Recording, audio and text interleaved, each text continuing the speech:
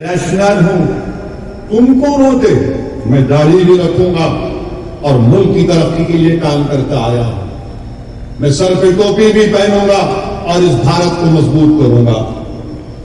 मैं पढ़ूंगा भी, लिखूंगा भी। अगर आप नहीं करेंगे तो कौन करेगा?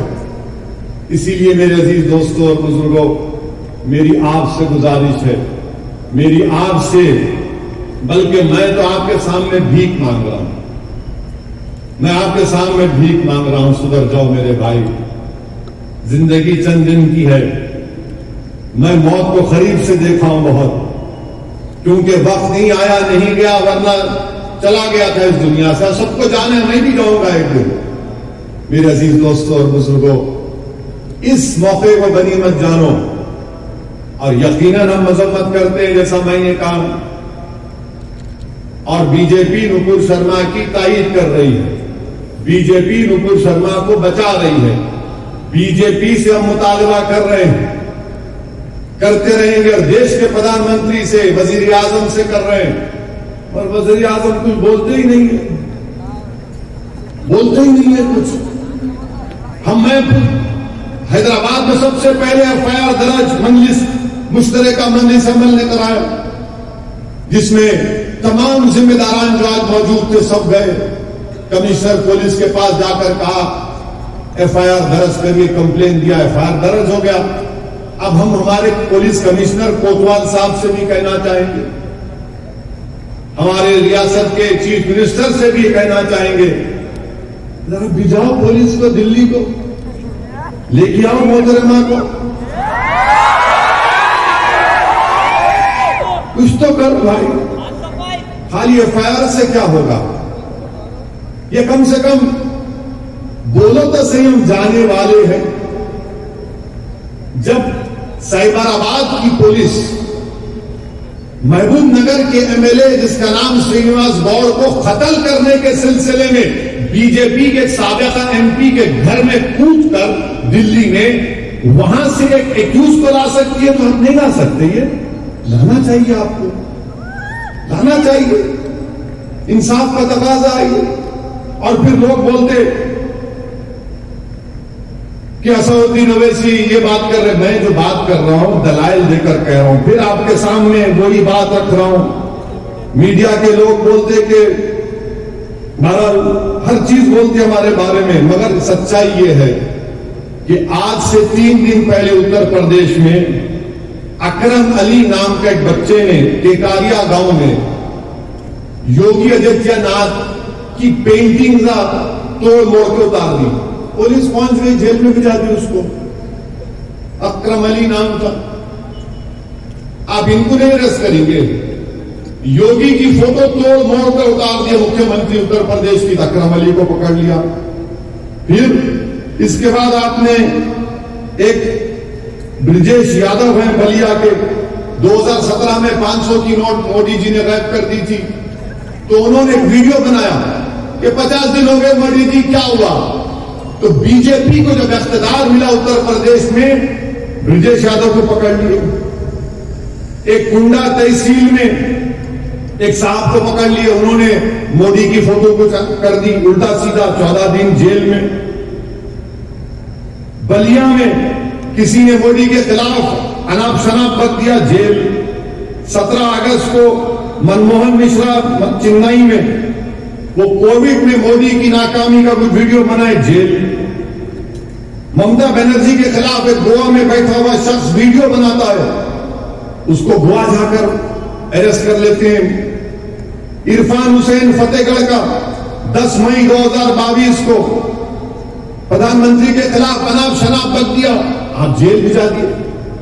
आप बताओ ना, फिर इंसाफ कौन करेगा? फिर ठीक है, आप गाली दो मुझे, मैं तो आपको एक दलील दे रहा हूं, आप पकड़ो। क्यों नहीं पकड़ते आप? भाई मोदी के बारे में अनाप शनाप, योगी के बारे में अनाप शनाप, ममता बनर्जी के बारे में अनाप शनाप, तो फौरन जेल।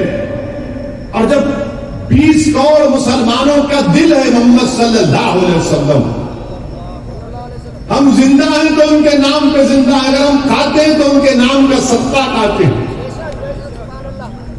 हमको कुछ भी मिला तो उनकी वजह से मिला। तो उनकी वजह से आप नहीं पकड़ेंगे। अब आप गाली देंगे, आप बोलेंगे नहीं भड़काऊ भाषण कर दिया हैदराबाद में ओवैसी फिर से। सच्चाई को बयान करना हो, अगर आप सच्चाई को भड़काऊ भाषण कहते हैं तो अपने दिमाग का इलाज करवा लीजिए। और फिर अभी हमको एक मीडिया के दोस्त ने कहा कि ओवैसी साहब, प्रधानमंत्री ने आज अपने बचपने के दोस्त अब्बास का जिक्र किया, अब्बास का जिक्र किया। अरे 8 साल के बाद प्रधानमंत्री को अपना दोस्त याद आया, वेरी गुड। पहले नहीं मालूम था आपका दोस्त था बोलते। प्रधानमंत्री ने कहा कि वो ये उनके दोस्त अब्बास साहब, उनके घर में वालिद का इंतकाल हो गया तो उनके घर में रहते थे, ईद के दिन अच्छे खाना पकवा खिलाते थे। प्रधानमंत्री से हम अपील करेंगे, आप अब्बास साहब अगर हैं तो उनको बुला लीजिए और उनको असदुद्दीन ओवैसी और उलमाओं का भाषण सुना दीजिए और बोलिए ये सही कह रहे हैं, झूठ बोल रहे हैं। अगर अब्बास के दिल में अब्बास अलम बरदार की मोहब्बत होगी तो बोलेगा ये सच है, ये सच कह रहे हैं। प्रधानमंत्री पूछ लो अब्बास से, अगर आप एड्रेस दे दीजिए तो मैं चले जाता हूं अब्बास के पास। कहां है प्रधानमंत्री, बता दो अब्बास साहब कहां, मैं चले जाता हूं। मैं पूछता अब्बास साहब ये सच है या नहीं है। अब्बास साहब को अब्बास अलम बरदार का वास्ता देके पूछूंगा कि प्रॉफेट मोहम्मद सल्लल्लाहु अलैहि वसल्लम के बारे में जो नुपुर शर्मा ने कहा वो ऑब्जेक्शनेबल है या नहीं। क्या 153 या 295 लगता नहीं लगेगा। अब्बास साहब अगर हैं तो बोलेंगे नहीं, ईमान का तकाजा ये है कि इसने अनाप शनाप पका। देश के प्रधानमंत्री अब्बास याद आ गए आपको, आपके दोस्त याद आ गए।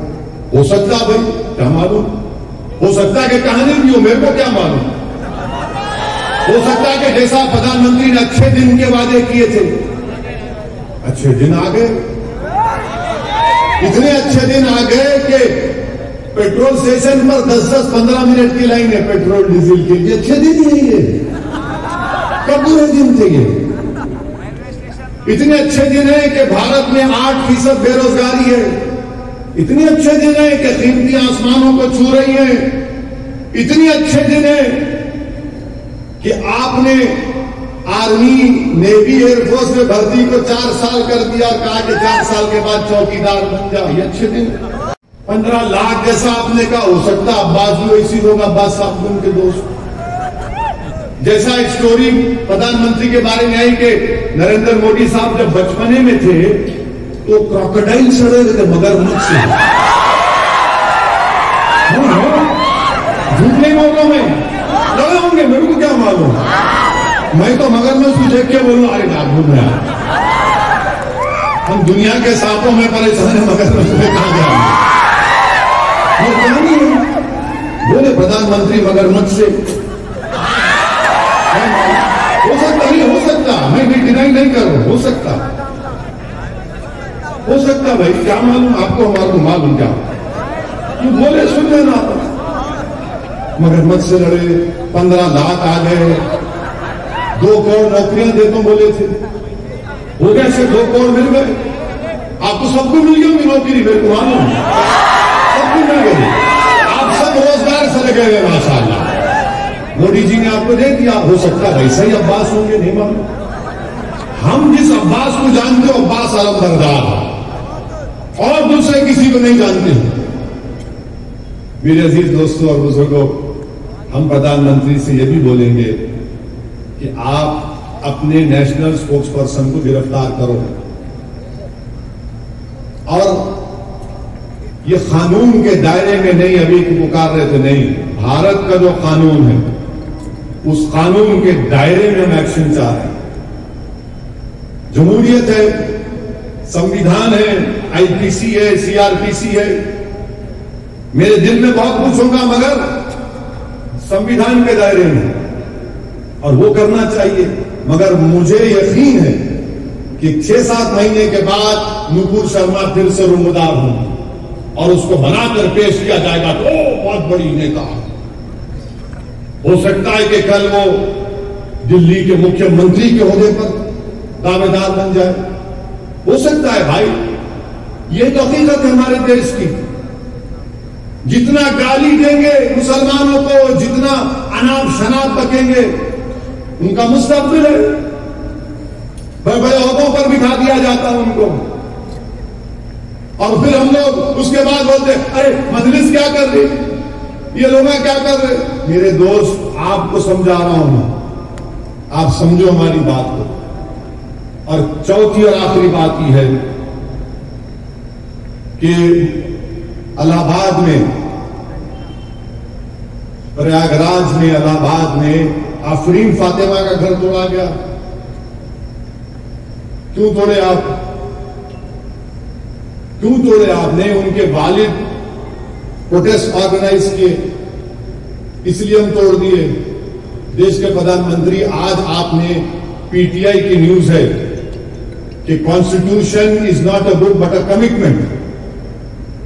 भारत का संविधान, भारत का आईन एक किताब नहीं है बल्कि कमिटमेंट है। तो प्रधानमंत्री, उस किताब का आपको हवाला दे रहा हूं मैं। प्रिंसिपल्स ऑफ नेचुरल जस्टिस संविधान के बेसिक स्ट्रक्चर का हिस्सा है। आप खाली जबानी बोलेंगे, अमल नहीं करेंगे। कोर्ट तय करेगा। आफरीन फातिमा के वालिद अगर कोर्ट सजा देगा तो उनको सजा देगा। कोर्ट उनकी बेटी को, उनकी बीवी को सजा नहीं देगा।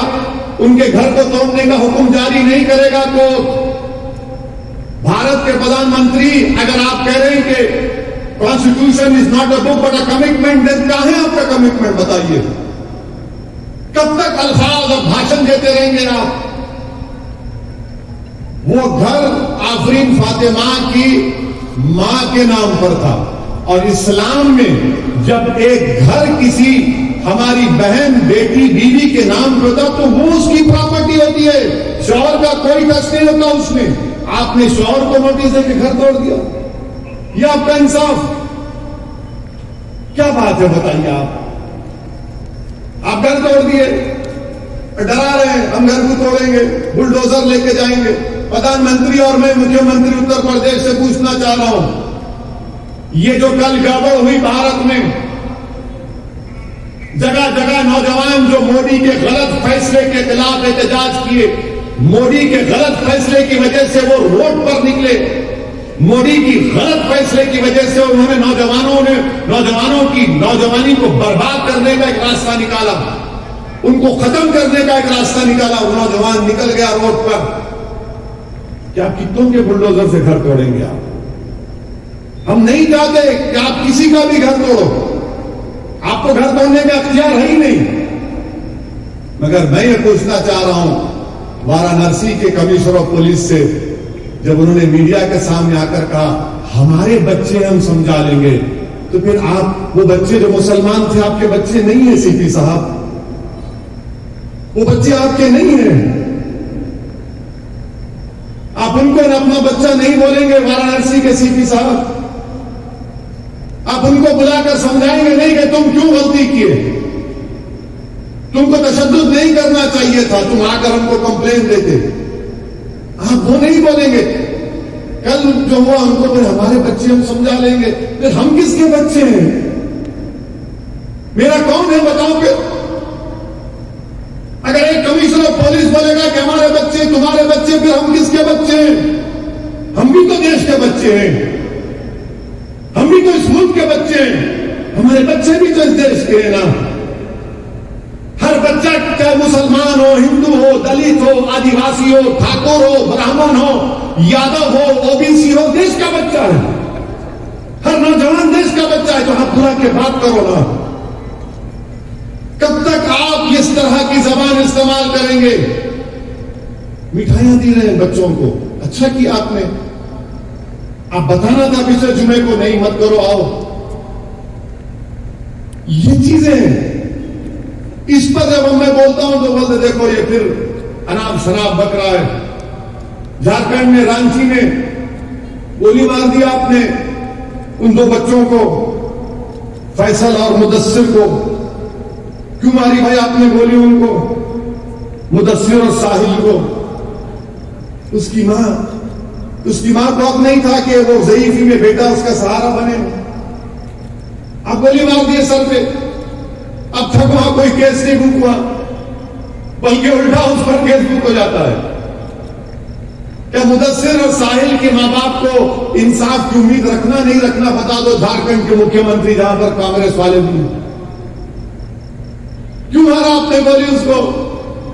अरे बच्चा तो था भी नहीं, जान ले लिया आपने। याद रखिए आप लोग जो जुल्म कर रहे हैं ना, हमारे जिस्म से गोश्त खत्म हो जाएगा, हमारा जिस्म मट्टी में मिल जाएगा, मगर हमारे दिल में रसूल की मोहब्बत कभी नहीं खत्म होगी। तुम नहीं खत्म कर सकोगे। तुम्हारी गोलियां हमारे मोहब्बत को, रसूल से मोहब्बत सल्लल्लाहु अलैहि वसल्लम को मोहब्बत को खत्म नहीं कर सकेगी। तुम जुल्म कर रहे हो, तुम्हारा जुल्म खत्म होगा एक दिन। अल्लाह सबका है, अल्लाह जमीन आसमान का खालिक है। याद रखो, डरो अल्लाह से। तुमने उत्तराखंड में एक मुसलमान महिला के घर को तोड़ा तो उसने पुकार कर कहा कि मैं सबर कर लूंगी, अल्लाह नहीं सबर करेगा। मेरे अजीज दोस्तों और बुजुर्गों, मुत्तहिद रहिए। इन बच्चों की जो शहादत हुई है उनके लिए दुआ करिए। अपनी जानों को बचाओ नौजवानों। मैं नहीं चाहता कि तुम इन जालिमों के गोलियों का शिकार हो जाओ। तुम जिंदा रहो, ताकतवर बनो, नेक बनो, काबिल बनो, और हो सके तो कानून की डिग्री हासिल करो, लॉयर बनो। एक नहीं, हजारों लाखों में लॉयर बनो। अगर किसी के घर पर कोई आंच मारेगा तो बच्चा दौड़ेगा कि नहीं, यह कानून ये है। कोई पकड़ा जाएगा तो पुलिस स्टेशन दौड़ेगा, मेरा बेटा लॉयर। कोर्ट में केस आएगा मस्जिद का तो कहेगा 9291 का एक्ट है, इसके मुताबिक अब मस्जिद को हाथ नहीं लगाया जा सकता। अगर कोई मुस्लिम का सोलह बोर्ड में मदाखलत करेगा तो लॉयर चाहिए हमको, मुसलमानों को। पढ़ाओ अपने बच्चियों को, लॉयर्स बनाओ, बेहतरीन एडवोकेट बनाओ, ताकि वो high court, supreme court, lower court में प्रैक्टिस कर सके। ये काम हमको करना है। और याद रखो, अगर आप हिम्मत से काम नहीं करेंगे, अगर आप डर जाएंगे तो फिर खत्म हो जाएगा मामला। डरना नहीं है, डरेंगे तो नुकसान उठाएंगे।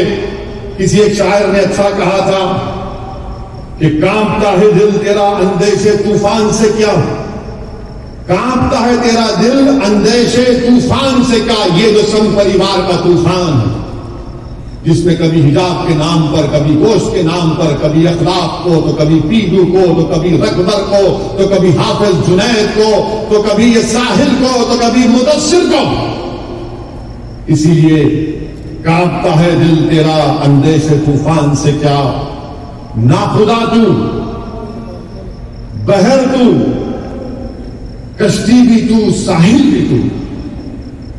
तुम सब कुछ हो, तुम तूफान से मत डरो। तुम सब कुछ रोक सकते हो, उस तूफान का रुख मोड़ सकते हो। रसूलुल्लाह सल्लल्लाहु अलैहि वसल्लम के उस पैगाम को याद रखो। आक़ाए दो आलम सल्लल्लाहु अलैहि वसल्लम ने फरमाया था कि मुझसे पहले किसी को इतना नहीं सताया गया, ना मेरे बाद किसी को इतना सताया जाएगा। जवानों, बुजुर्गों, मेरी मां और बहनों, हम तमाम को अपने हिम्मतों को और हौसलों को बुलंद रखना है। कानून के दायरे में रहकर जद्दोजहद करना आसान काम नहीं है। बोलना आसान है, मगर लड़ना है। हिम्मत नहीं हारना है। अगर असदुद्दीन ओवैसी भी मर जाएगा तो मरेगा एक दिन, मगर तुम खड़े होना हो। तुम बोलना ये गिरा तो मैं खड़ा होऊंगा उसके लिए, इससे बेहतर काम करूंगा। ये हमारी सरजमीन है। इस मुल्क को हमने, हमारे बुजुर्गों ने आजाद करवाया था। अगर आज हम 75 साल की आजादी को मना रहे हैं तो इसमें संघ परिवार का कोई रोल नहीं था। पूछो संघ परिवार से। मैं तुम्हारे को एक लिस्ट दे सकता हूं मुसलमानों की। हैदराबाद में तुर्बेबाज खान, अल्लामा फजल खैराबादी, रेशमी रुमाल की तहरीक शेखुल मौलाना महमूद हसन रहमतुल्लाह अलैह माल्टा की जेल में थे, माल्टा की जेल में थे। ये सब लोग थे, पार्टीशन के खिलाफ मुसलमान थे। ये बात करेगी पाकिस्तान, अबे जा तू पाकिस्तान, हमको पाकिस्तान से क्या है। जो कोई गाली देता है तू पाकिस्तान जा रहे, भाई तेरे को इतनी मोहब्बत क्यों है पाकिस्तान से। यही जगह थी यहां, ये जगह, ये दारुस्सलाम, यहां जिना आए थे, मगर यहां पर तिरंगा लहराता है, यहां पर तिरंगा लहराता है। ये इदारे पूरे किस बात की गवाही देते हैं? संविधान के तुम भरोसे की मिसाल पेश करते हैं। तो मेरे अजीज दोस्तों और बुजुर्गों, ये है गुस्ताख काब बिन अशरफ, अबू राफा, अब्दुल उज़्ज़ा, वलीद बिन मुगीरा, बहुत है। जैसा कि मुफ्ती अबरार ने कहा कि अगर कोई चांद को देखकर थूकेगा, चांद का कुछ नहीं होता प्यारे, मगर तुम दिल के करीब नहीं आ सकते, याद रखो। तुम उंगली, हाथ, पैर सब कर लो, मगर दिल के करीब नहीं आना। दिल के करीब आओगे तो जिंदा जिंदगी का सबूत देना पड़ेगा हमको, और हम देंगे इंशाअल्लाह ताला। इसीलिए हम भारत के प्रधानमंत्री से, वजीर आजम हिंद से इस बात का मुतालबा करते हैं कि वो एक्शन ले और अपने दोस्त अब्बास से पूछ लें अगर हैं तो वो, या उनका पता मुझे दे दें। मैं उनके पास जाकर ये भी पूछ लूंगा कि मोदी जी चाय कैसा बनाकर पिलाते थे। अल्हम्दुलिल्लाह।